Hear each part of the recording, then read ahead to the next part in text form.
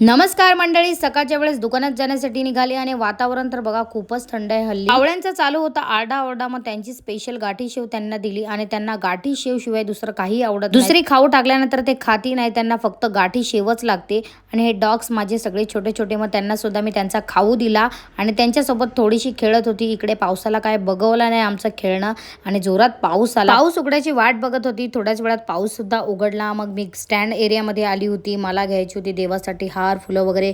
मग माझ्या नेहमीच्याच अंकलकडे आली. तिथून पोहोचली थेट मी शाही किराण्यामध्ये. इथे पण थोडंसं मला सामान वगैरे घ्यायचं होतं आणि सकाळचा टाइम चालू होता आणि मी पण सकाळीच पोहोचली होती एकदम.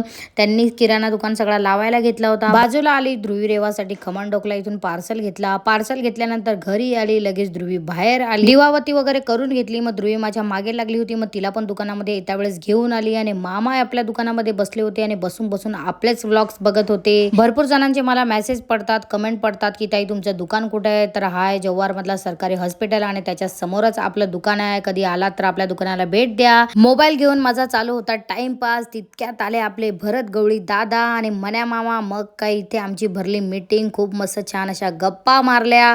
खूप दिवसानंतर आली होती विष्णू काकांकडे चहा प्यायला. मग इथे मामा भेटले, त्यांच्यासोबतही गप्पा मारल्या. घरी आली आणि आमच्या बाबूला मस्तपैकी खेळवलं थोडंसं आणि बाबू आज मस्तपैकी खेळत होता, टकरमकर इकडे तिकडे बघत होता.